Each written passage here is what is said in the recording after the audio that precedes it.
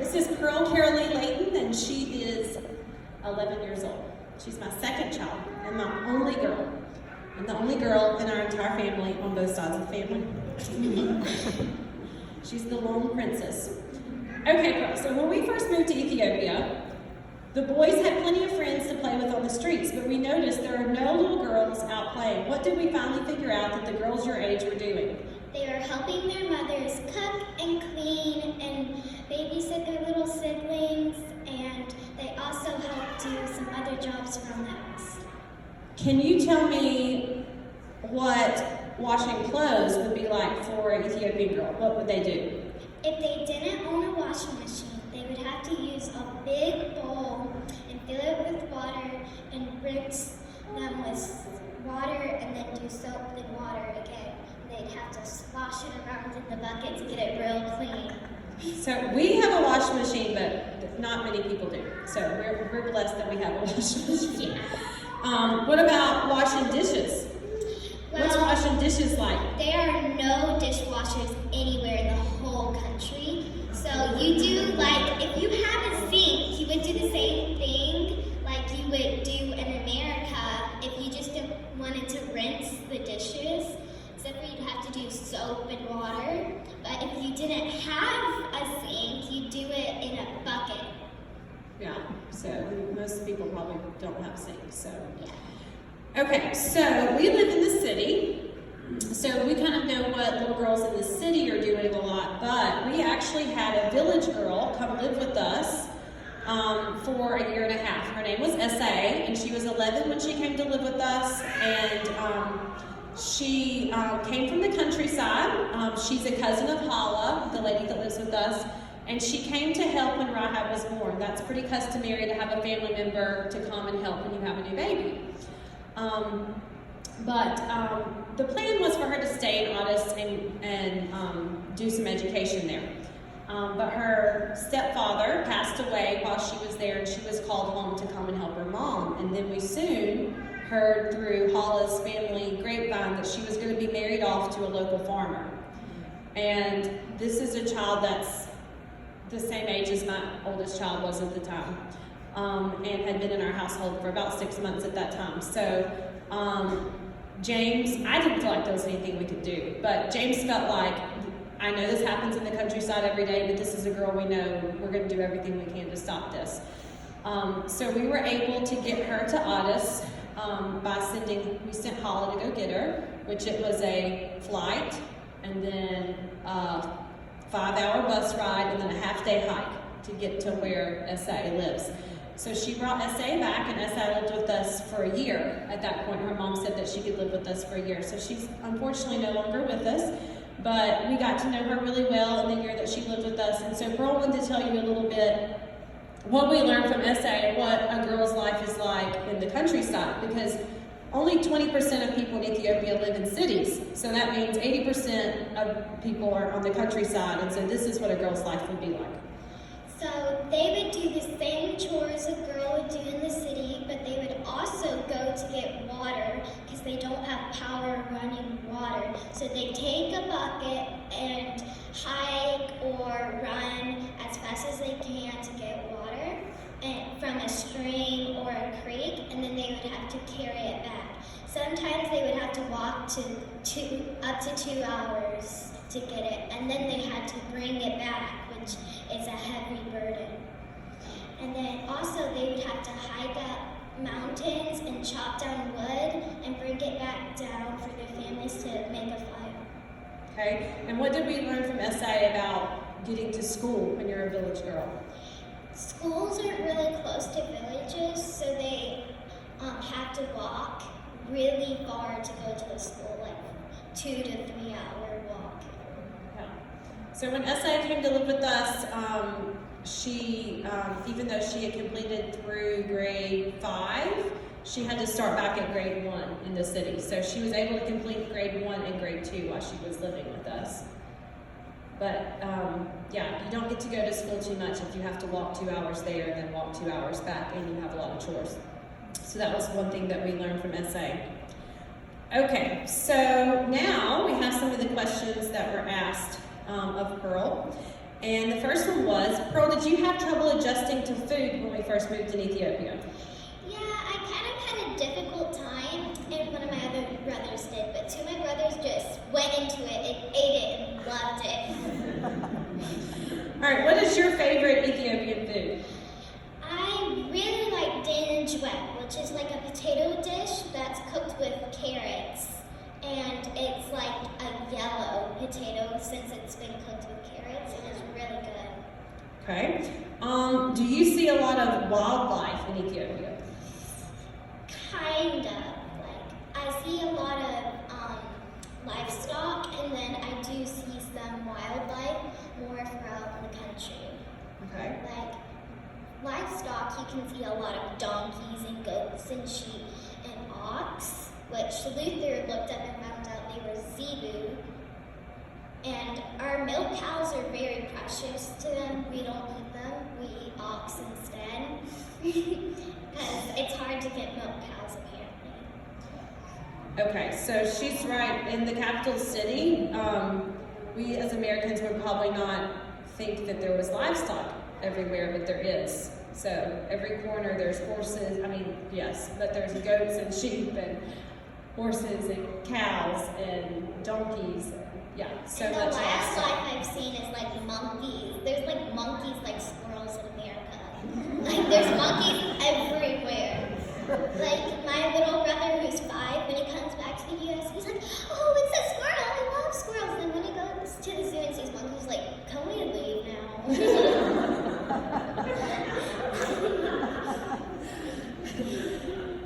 Okay, so we have, so there's not tons of wildlife in the city. We have a little bit. There are a ton of hyenas outside the gates, though. Yeah, we have hyenas. We've What killed seen our some chickens?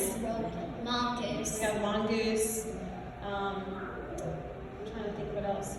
Okay, so but we have gone outside the city and seen some pretty cool wildlife, which we haven't ventured like to any of the huge parks that have like the big things. But what are some stuff that we've seen so far? Well, we have seen, like, we've gone through, well, we walked past a jungle. We didn't go through a jungle where they pick coffee beans that they make their coffee with, and it said that there's, like, big lions in that jungle. Yeah, we did see lions, thankfully. No, we didn't. And we also hiked up to see this beautiful waterfall. Do you remember what we saw in the woods then? Or was it jungle? The colobus monkeys? Oh, yeah, we saw a lot of colors. And bamboo and baboons and warthogs. Baboons. They're nuts. There's this whole road, they thought they owned it. So, like, every time your car ran by, they would, like, whoop and scream and, like, beat on the car and stuff. And once we had this humongous spot jump on the hood of our car and started, like, it was crazy. And Zola, our driver, was screaming like a little girl. And we were all laughing so hard and closing the windows, but he was completely terrified. That big guy in the picture. Baboons are scary though. The males are very aggressive. Yeah. When that baboon finally got off of our car, don't get he said, that was horrible. Okay, so what do you like to play with your siblings? Well, we do like to play some board games, and the little boys like to sword fight, and I like to do crafts a lot. And Luther, he likes drawing. He's a very talented drawer. Can you tell me about any games that you've learned to play in Ethiopia that you and your siblings play? There's a game I learned how to play. I don't know what it is in Amharic, but it's like Ethiopian tag. So basically how you play it is like you have one person who's it, except for they touch a tree or pick an object, and they close their eyes and count. You go run and hide. And then when they're finished counting, they look around, and then the people who are hiding try to run and touch the object without the person seeing them. If they see you, you're out. Yeah, so it's kind of like hide and seek, but if someone sees you, you're out. So that Yeah, took my so kids a even while if to you're figure out. hiding in called Kukulu? Yeah, Kukulu. Okay, let's see. What is the most fun experience that you've had in Ethiopia? Well, I had a lot of fun when we went to see those baboons and warthogs. That was really cool. And when we went to the second highest mountain in Ethiopia. Tuludimtu. How high was it? You made me write down. It was 14,360 feet high that we hiked up to. Can you tell me Sea level. what did it feel like? It was freezing cold and it was hard to breathe. I was like, I didn't want to get out of the car. We did drive most of the way up there. Yeah, then we had to hike and I was freezing. Yeah. It was too cold. Our house sits at 8,000 feet above sea level, so that wasn't like a crazy increase for us, but still pretty big. Okay, Pearl, if you had to move to another country and leave Ethiopia, what would you take with you to remind you of Ethiopia? So this is kind of silly, but I'd say my little sister Rahab. Okay, what do you love the most about Ethiopia? Well, I really like the culture, how friendly they are, and my brothers don't really like this, but they call you baby. Because, that's their sweet way of saying, instead of, hey kid, what you doing? Or, they're like, hey baby, because, they treasure babies and think they're sweet, so they call you a baby. And, if you're an adult, they would call mom sister or dad brother. So they're That's very true. kind. Except for when Daddy had a very big beard and he got called father all the time. Yes. It was, huge. He cut it off and he's back to brother now. Yeah. Pearl, do you like studying a mark? Kind of, but it's really hard and difficult. It's not that easy. I mean, it's funner with Miss Violetta, but studying by myself is. Do you enjoy speaking in a mark? Yeah. Do you want to learn any other language? Well, I was maybe Chinese or Japanese. I really want to learn Japanese. Why do you think you'd like to learn Chinese? Because maybe one day I want to be a missionary there. In China? In China. What do you miss the most from the U.S. when we're in Ethiopia? Food. And I guess it's just a Walmart. I love Walmart and I don't know, the stores here, the food here. Okay, what's your favorite thing to do at our home in Ethiopia? Well, I really like doing crafts, playing with Marky Rahab, and I also like cooking a lot. All right, tell me what it's like when we go visit the kids at the Cure Hospital where Daddy works. So most of them are in bed and are recovering from surgery, and we go around with crafts, fun, easy crafts that you can do if you're in a wheelchair or if you have an injured leg. So we go around with sticker sheets and stickers. Once we did on near Christmas, we took the nativity stickers and then a scene of where Jesus was born. And we've also taken rope and straw that were cut into little pieces, and they made necklaces with crosses in the middle. And it's just really fun hanging out with them and them being happy because no one in the village had ever treated them that way. They thought they were really bad because they were crooked or they couldn't walk or they looked ugly from a disability. Okay, what would you like to bring, or what do you like to bring from the U.S. when we go back to Ethiopia? Well, I do like to bring leather purses, and I give them out as presents. Oh, you like to bring from Ethiopia here? And then I also like bringing other pottery from Ethiopia to here and give it as gifts to family and friends. And then what about when we're here, what do you like to buy and take to Ethiopia? Well, basically Mom buys all the food and takes it back. We get new clothes and shoes, and I bring back stuff for arts and crafts and sometimes toys. Okay. Do you have to make up some of your own recipes because you can't get certain ingredients? Definitely. You have to substitute for a lot of things because either it doesn't exist there or it's way overpriced because it is shipped there from another country. So we made a lot of recipes that we wrote down, like from other recipes we used to make in the US, and now we can make them there and they're just as good, but just with different ingredients. That's true. I make buttermilk biscuits with oil and yogurt. They're amazing. Okay, let's see. Who are your closest friends in Ethiopia? Well, I would say my closest is a girl named Mac and Naomi. They're both around the same age as me. They're both, well, one's already 11, the other's turning 11 in a couple weeks. And then Brana, who is actually Ethiopian. Her mother's Ethiopian and her father's American. And they lived in China for like her whole life. And then they moved back to Ethiopia because that's where her parents wanted to live.